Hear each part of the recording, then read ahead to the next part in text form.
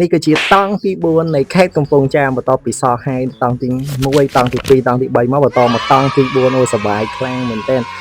បងគាត់ព្រមតាំងពីល្ងាចតាំងពីម៉ោង4ម៉ោង5ហើយម៉ូតូគឺស្ទះហើយមនុស្សគឺស្ទះខ្លាំងមែនទែននៅតង់ទី4ហ្នឹងគឺថានៅមុខសាលាខេត្តគឺមនុស្សណែនមែនទែនចូលអត់ចោះទេហើយ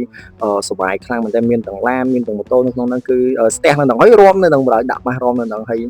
បង friendly សាហាវហើយគាត់ថាចាំក្រោយគាត់មកទៀតហើយបងខ្លះគាត់មកពីខាងបៃលិនមកពីខាងព្រៃវែងមកពីខាងស្វាយរៀងមកពីខាងកំពង់ស្ពឺកំពង់ឆ្នាំងព្រៃវែងហ្នឹងគឺគាត់មកលេងដែរគាត់ថាចាំក្រោយគឺគាត់នាំមិត្តភក្តិមកលេងដែរគាត់ថាគាត់សប្បាយខ្លាំងមែនទែនហើយបងគាត់ទ្រាំហើយប៉ាត់ម្សៅហ្នឹងក៏ដូចគ្នាដែរគឺគាត់ friendly មួយពួកយើងខ្លាំងមែនទែនហើយ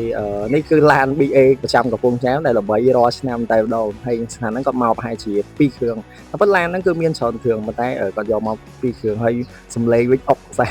សំឡេងបុកសាហាវទាំងធុងបាសទាំងកំពង់ស៊ីម៉ាំងនេះអាណិតឡានដល់កោហើយតែសប្បាយហើយនេះសកម្មភាពថ្ងៃទី4នេះគាត់លេងចប់អីហើយប្រហែលជាគាត់ទៅពេញយកហ្មងគាត់ជិះតាមផ្លូវហ្នឹងគាត់ចូលមកលេងឲ្យហើយហ្មងនៅសល់ហាយទាំងអស់គ្នាព្រោះដោយសារ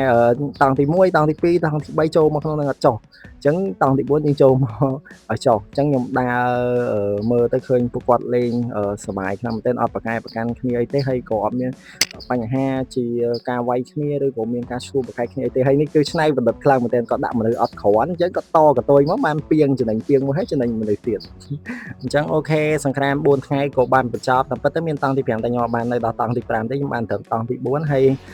នៅដល់ប្រហែលជាម៉ោង8យប់ដែរពួកគាត់នៅលេងនៅនឹងសម័យអស់គ្នាហើយខ្ញុំមុនចប់ជួនឆ្កែខ្ញុំដើរលេងព្រោះឲ្យវាតាម